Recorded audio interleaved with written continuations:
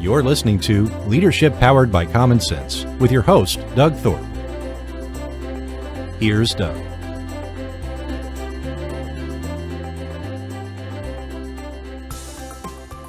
Everyone, this is Leadership Powered by Common Sense. I'm Doug Thorpe, and it's a pleasure to be back with you again today, and I appreciate you taking some time out of your busy day to join us. My guest today is a special friend. He's a friend of a friend, and now we're working on our relationship and friendship. His name is David Shriner-Cahn. David, welcome to the show. Thank you, Doug. Thanks for inviting me. He has a phenomenal title tagline that really immediately grabbed my attention. He calls it Smashing the Plateau. And when I saw it, I immediately gravitated to the phenomenon that is a regular recurring theme in a lot of business owners' life that I know of. You work hard and you get your business ramped up. You hit some level and it becomes a plateau that seems inescapable. You're stuck there. It's almost like going out in the wilderness for a season or two or three. And it can be very frustrating as an owner to try to get there or get through that and understand that. And so we're going to dive in. We're going to tear that apart and talk about it. So, David, before we get into those details, I'd like you to share with everybody a bit of your journey and background to get you to this theme and thought. Sure. Thanks, Doug. So I'm located in New York, and I started my professional career as a chemical engineer. I was just mentioning to you before we hit record that I actually lived in Houston, in your neighborhood, a long time ago, back when I was doing engineering. And I did that for a few years. Then I went into the nonprofit sector and spent over 2 decades in management and leadership roles. Left in 2006 to start my own single-person consulting firm. And I was initially focused on serving nonprofit organizations. That was my what I knew best, and that was my network. And I started out doing that, and things were actually off to the races and running pretty smoothly. Started doing some business networking and ended up being asked by some small businesses to help them with their business challenges. And, lo and behold, over time, that ended up becoming much more of the audience that we were serving. And specifically within the small business arena, I was getting requests from a lot of what I'll describe as corporate refugees, people like me who had spent usually somewhere between about 20 and 40 years working for somebody else in some organizational capacity, whether it's a large public corporation, a privately held business, government, nonprofits, but they all had the same scenario, which is they went from a place where they were mid to high level. Usually they had a very full calendar, overflowing inbox, this built-in social structure, and a team. And then they went out on their own. Most of the time, that, like me, they wanted to serve the same kinds of clients they were serving in the corporate setting. But when they start out, they had an empty calendar, empty inbox, no team, no social structure, no structure, period. Right. And then they had to get up and do something that they'd never done before, which is namely sell themselves. So it's very daunting. And, along with the podcast that I started in 2014 called Smashing the Plateau, this sort of became, I would say, my own personal mission is to help folks like what I had gone through over the last, I started 2006, so now it's, I guess it's a long time. But anyway, so this has really become, the podcast and the community have become the platform to help people that are trying to build their own business, but they don't need to build it alone. Yeah. And that scenario that you talk about is definitely a common theme. So often people spend the first 20 years or so of their life taking the big corporate job where the paycheck is, quote, steady and reliable. And that's certainly helpful if you're starting out building a family. But you do hit that revelation point where you say, why am I working so hard for somebody else? What if I did all this for myself? And that is a very common motivator that gets people out of corporate and into the entrepreneur game. How do people normally, start up when they contact you? What are the areas that you typically dive into right out of the gate? I would say the first one is really a mindset issue, because you need to believe that you have value. It's very hard to sell yourself at an appropriate price point if you don't believe that you have value. And what I've seen with consultants and coaches, particularly in the beginning when they haven't sold much or maybe haven't sold anything, is they price themselves too low. And right, particularly if you're like mid to late in your career and you have fixed expenses to support your lifestyle, leaving the paycheck can be quite frightening. And so even if you don't need the cash today, what I've seen happen is you feel desperate to get somebody to buy something from you. And the reality is 9 times out of 10, the price point is not the biggest issue for somebody to buy your services. It is something else. But I've seen consultants and coaches think too much about their price point, and they initially price themselves too low. So I would say mindset is a really like big issue right out of the gate. Right. Yeah. And as soon as you start playing that price cutting game, and you're right, the motivator to do that is just the hunger to have some business at any price to make you feel like you're making progress. And it sets a precedent. It puts you in a downward spiral of agreeing to commoditize your business. And to your point, if you've brought a specialty to the market and a career-long catalog of experience, that's valuable to somebody, and it's high value, and it can mean a significant change in the life of another entrepreneur if you come and share your own expertise. So yeah, that pricing strategy is a big challenge. And I love your word mindset. I think that's such a big part of helping entrepreneurs work through what they might be dealing with. Inevitably, it's always, every challenge you face is going to come down to your mindset and the stories you tell yourself about what you're doing, pro or con, right? Correct. And I've seen people charge vastly different prices for the same value. Yeah. And what I see as the biggest difference is their mindset and their belief in their own value. Right. Yeah.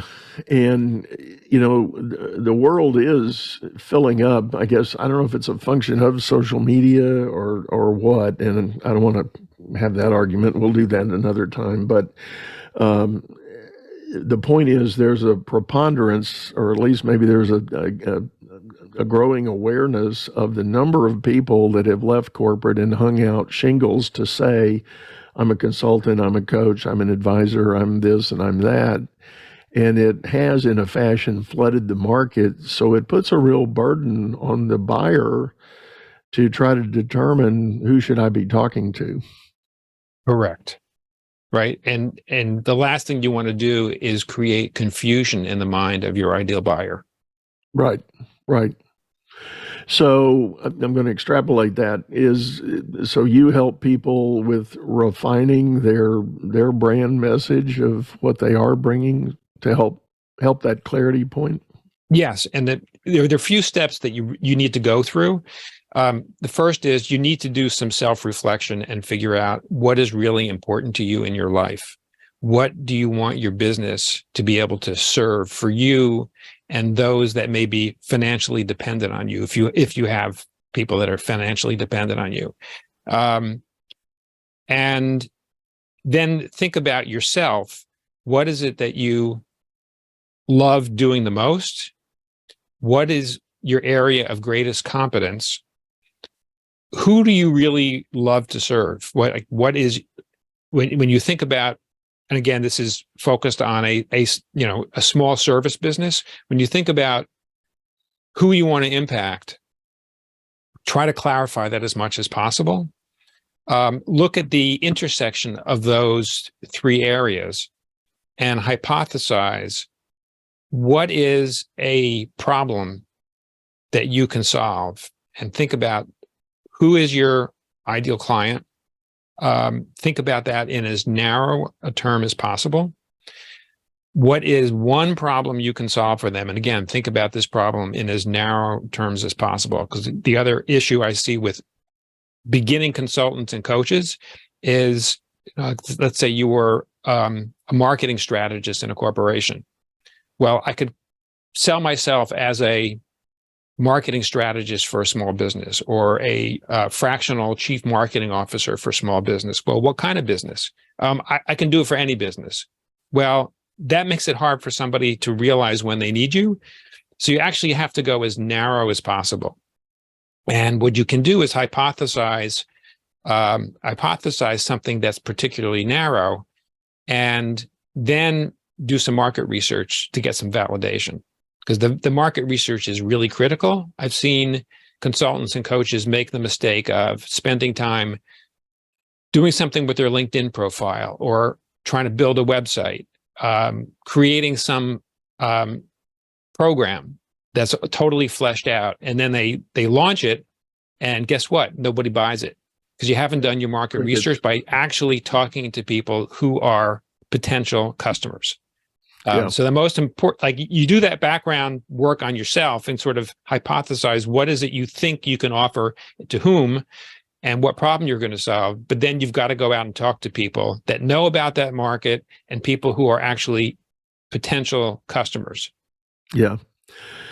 I'm reminded of a story. There's a gentleman that was on my podcast last year, and he has developed a very high-end retreat facility down in Costa Rica. And part of his process to get there, he hired a freelancer to do some research and create for him a list of 2,500 resort directors, chief executives around the globe, and research and tease out their actual direct contact info. And then he personally made literally 2,500 phone calls to talk to those guys about their resorts and their programs and their facilities, staffing, offerings, the whole 9 yards.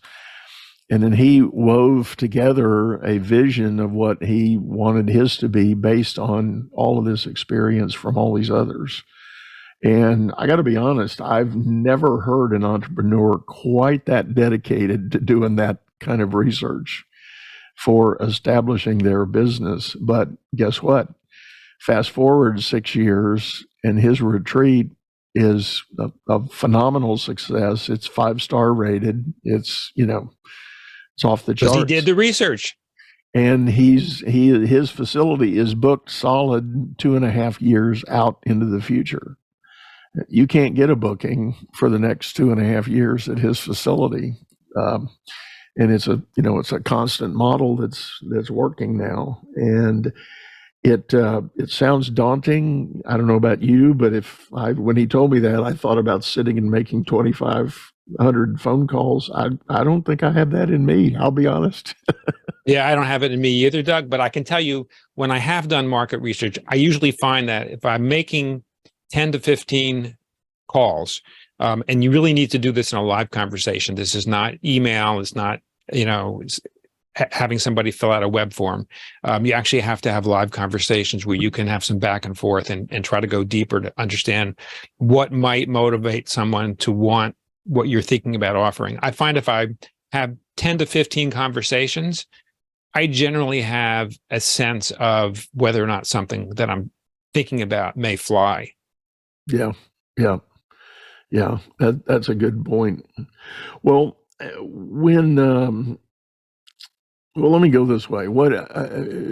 Give us maybe a story, an anecdotal expression of a prior client, a recent client, recent success. Yeah, so we have a member of our community who has a small consulting business with a small team, no direct employees. The team is all subcontractors, and the business it's been pretty successful, and has had some fluctuations, like many businesses. And in particular, there was a sizable client whose recurring contract was about to end. And the business owner was actually quite anxious that the loss of this client might end up derailing the business and forcing this person to actually look for a job, which is not something that if you want to leave corporate life behind and you want to have your own business, you don't want to have to go back to job hunting. Right. Right. And we had a community session, and they put out to the community exactly what the scenario was, and said, this was a focused discussion about business development, and said, what suggestions do you all have for me to do to try to keep my business alive? And there was some great feedback. And fast forward, this session was about 2 months ago. Fast forward, this business owner just reported that they landed a new client at their top rate, a new recurring monthly client, by following the advice that they heard several days every single week for the last 2 months. That's great. That's definitely success. Very, very good to hear. And you mentioned, so the solution to that problem came from this community interaction. So tell us a little bit more about the community that you've built. So what I've found, and I've been doing this, I've been doing this with solo consultants and coaches, or people with very small teams, for about 8 years. And in particular, for these kinds of businesses, being in a safe, collaborative environment with a group of peers can be a game changer, because we all have ups and downs, we all have challenges, we all have successes. And when you put out where you are and where you're stuck to a small group of people, you can get some very valuable feedback about scenarios that they have been in that may have been similar. What are some of the things that they have tried? What's worked for them? What hasn't worked for them? So in essence, you have your own board of advisors. And, these kinds of communities are, we're not the first one to create something like this. They're out there. I think about organizations like EO, entrepreneurs organizations. They have some similar aspects, and there are many others.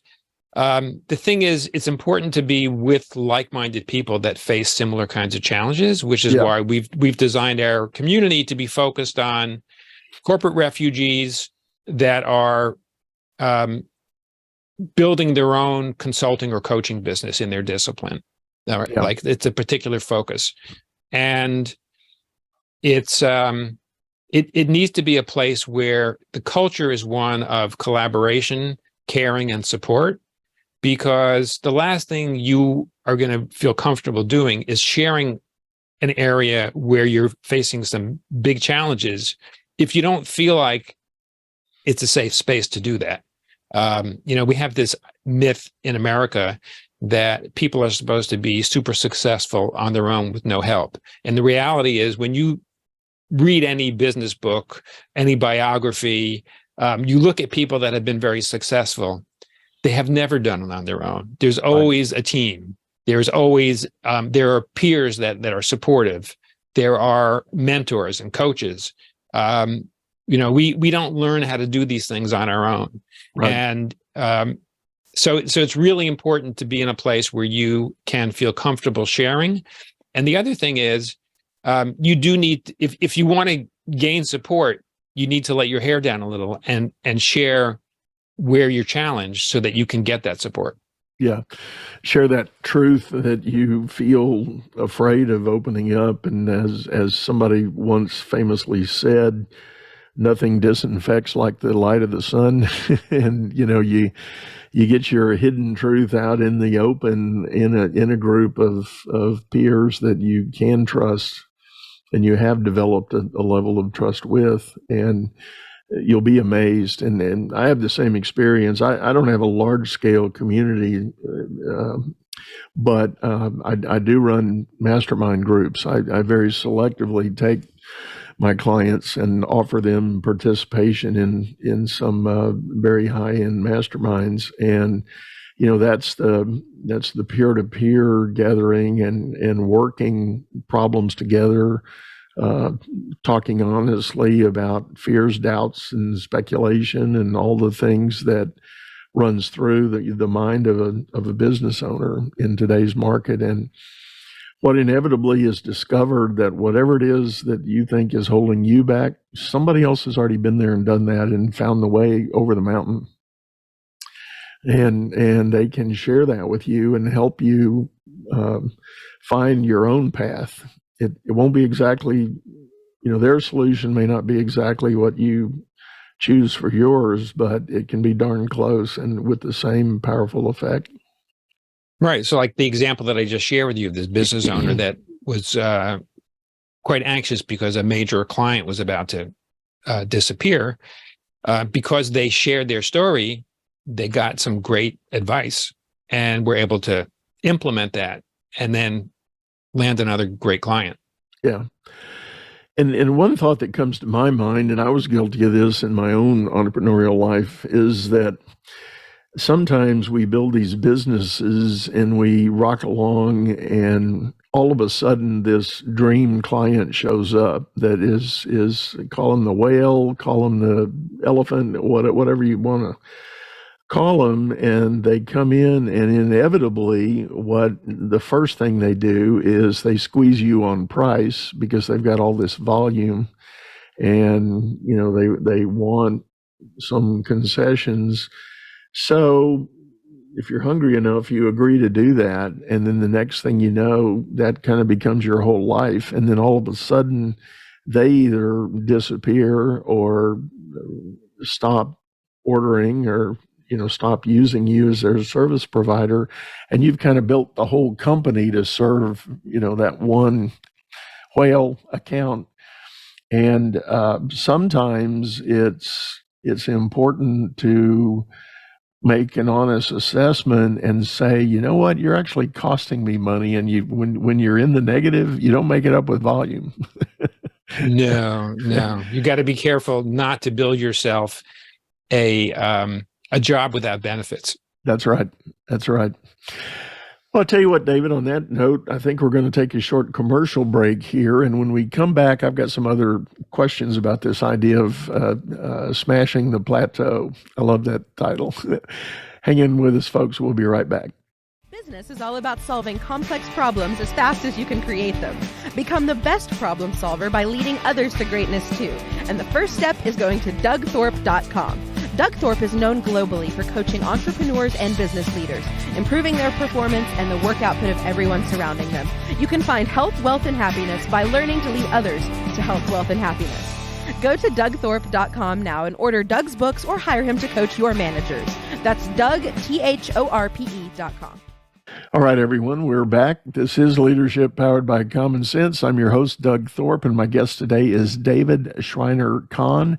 We've been talking about this model that he has, and I love the model. I think it's an important segment in the world out there of entrepreneurship. David calls them corporate refugees, people that have left the big corporate life and launched out to start a business and are maybe struggling with various aspects. So on that note, what are some of the other things you see in your client community? What are some of the other pain points that these people bring to you? Relationships is a big one, because people do business with people that they know, like, trust, and believe care about them. Yeah.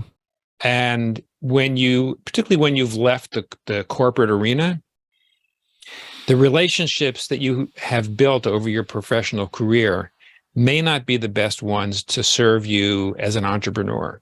So, for example, I know that when I left my last job, the network of people I had, a good chunk of them were not entrepreneurially minded, and were not the ones who were going to help me get business. There were some exceptions. There were some that actually were very helpful and led to my initial clients. But I realized that I needed to build a whole new network of people, and to continually work on those relationships. So for example, Doug, you and I met through a mutual friend, Jamie J, right? Jamie and I have known each other, I'm going to say maybe 10 years. We both started podcasting around the same time. And we stay in touch. We speak regularly, and we have tapped into both of our networks to help each other. And that's what happens in the business world. So you need to have a not only understanding of how relationships work, you also need to have a system to maintain your relationships and to build new ones. So it's really important, right? It's really important to have some method where you regularly reach out to those with whom you have the closest relationship, and in particular where there's going to be some mutual benefit to having regular contact, whether it's potentially direct referrals or advice, or just a place to maybe vent what's going on in your life. Like, I have business friends that I spend more time talking about personal things than about business. Yeah. But that's the relationship we've developed, and we stay in touch, and we'll speak regularly, and we'll talk about our families and whatever else is going on in our lives. And occasionally we'll talk about business. But it's interesting how each relationship is a little bit different, but you need a way to maintain them and to keep building new ones. Right. No, I agree with you. And speaking specifically of the world of podcasting, as I kind of turned my attention to the regular and faithful production of a show, I was hungry to find a network that could help me sustain this show. And I had the good fortune of joining this platform called Podmatch, and there were many prior to it. It's somewhat a dating service for pod people, but it really, the quality of people that the founder there has attracted is just amazing. And for me, it was a real blessing. That's how I met Jamie, and then through Jamie met you. And my point is, I'm going to echo what you just said. As you meet people, you make connections, and you can build this very valuable network. I regularly refer people that cross my path who might actually be looking to work with me as their coach or business advisor. And I find that the honest answer is I'm probably not the best fit for them. So if I have somebody in my network that could be a better answer to their question, I'm very happy I call it serving the greater good. I'll make that referral in a heartbeat. as the old saying goes, what goes around comes around. I'm happy to hand that off if I know my own direct effort is not going to be helpful. And sometimes it's not even that. Sometimes it's not at all about me. It's just I'm hearing somebody's story, and I say, well, I know somebody you need to meet and talk to, and it'll be a good connection, and whatever comes of it, that's great. And inevitably, I'll get very nice notes back from people saying, thank you so much for making that introduction. It made this great change in my life, and now I'm on a good path and going in a good direction. So there's a lot of goodwill in that sort of mindset. Very much so. And I think particularly for people coming out of the corporate world, what I find is that there are many who do have a kind of network where there are some highly technical people that they've worked with, and they are in fact good, solid connections. However, to your point, they're not at all going to serve the development of a new business. They may not even be able to think about how they can become referral partners and help you build a new business. They're just so focused on the work they do or the expertise they have and the network that they know is that they aren't any help for that other thing. So that corporate refugee has to really go out on their own and start building a new community and a new group of contacts. Yeah, exactly. Yeah. So when people do come to you and they express that they're in this sort of plateau space, what else do you try to dig into, lean into, and work them through? A big issue that comes about has to do with productivity, particularly for those that have they're running a business. There's only so much capacity that one person has, and you need to figure out how to maximize your time. That's like the biggest thing.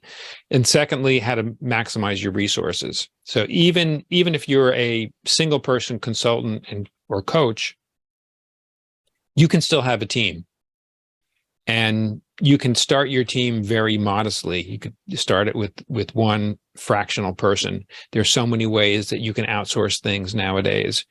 And as a matter of fact, shout out to Jamie. His business is masterful at outsourcing all kinds of things. But you don't have to do things alone, nor should you do things alone. So think about what it is that you are best at doing, where it's most valuable for you to devote your time, and you think about how to get the other things done that don't require you to do them personally. Right. And that's a what do I call it? That's a point of advice that is so hard for entrepreneurs to grab onto, especially those that feel like they're still in the early stages of what they're doing. But again, to give a shout out to our friend Jamie J. He had a great theme, and his own mantra is don't repeat yourself. As soon as you find something in your business that is repeatable, you're constantly having to do it, maybe day by day or week by week. That is a thing that could be a candidate for outsourcing. Find a virtual assistant, find a freelancer, find somebody else in the world that can pick that up and do that for you, and they become the repeatable machine that does it for you. And with the global market being what it is, the resources you can find that are incredibly capable can be found for very reasonable rates. And it's not like you're going to have to break the bank or hire a $70,000, $80,000 or $100,000 colleague to do this work. That is correct. We're talking about a much more economical price point. Yeah, and you should also think about what it is you can automate. Right. Right. If you find you're repeating yourself, there may be ways to automate what you're doing. For example, for a relatively new consultant or coach, one of the things that's very easy to automate that a lot of people don't think about is when you're having an initial call with a prospect, there are going to be questions that you're going to ask each prospect. When you find that you're in that situation, create an intake form with those questions. This is something I did early on in my business, and there were some unexpected benefits. So it cut down on non-qualified prospects taking up my time, because people actually had to think about what their answers were and write them down, and some of them would just automatically fizzle because they weren't appropriate. And I also was hearing from prospects that the process of answering these questions provided value to them.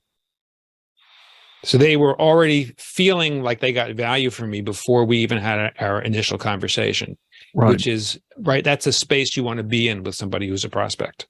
Yeah, definitely. Definitely. Very good. Well, let's shift gears a little bit, David. Tell us a little more about your podcast. What do you guys typically talk about and explore? So we share stories of corporate refugees that are building their own business. We talk about the successes and challenges and their career trajectory that they've had. And we also speak with